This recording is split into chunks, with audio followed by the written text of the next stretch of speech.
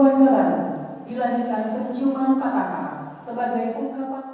Serah terima jabatan Komandan Korem 044 Garuda Dempo dari Brigjen M. Thohir ke Brigjen Adri Kusdianto dipimpin Pangdam 2 Sriwijaya Majen M. Naudi Nurdika di Gedung Sudirman Kodam 2 Sriwijaya pada Jumat 10 Januari 2025 pagi. Setelah melalui proses tradisi penyambutan dan pelepasan warga Kodam 2 Sriwijaya, Pangdam Sriwijaya berharap Komandan Korem yang baru bisa melanjutkan kerja-kerja prioritas di Korem Gapo yang selama ini sudah berjalan.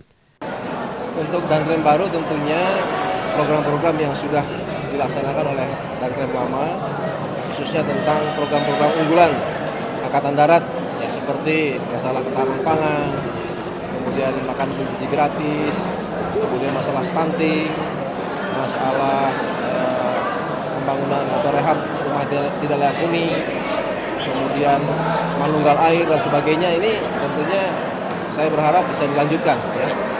Dilanjutkan sehingga program-program ini bisa memberikan dukungan, kita membantu pemerintah daerah.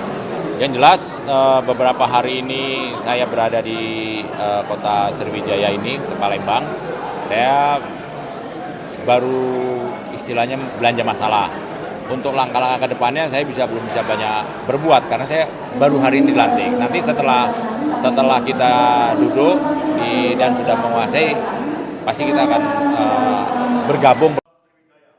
Brigjen Adri Kusdianto merupakan staf ahli Kepala Staf Angkatan Darat. Sementara Brigjen M. Thohir menjabat Danrem Garuda Dempo lebih dari 1 tahun dan akan menjadi staf ahli Kepala Staf Angkatan Darat.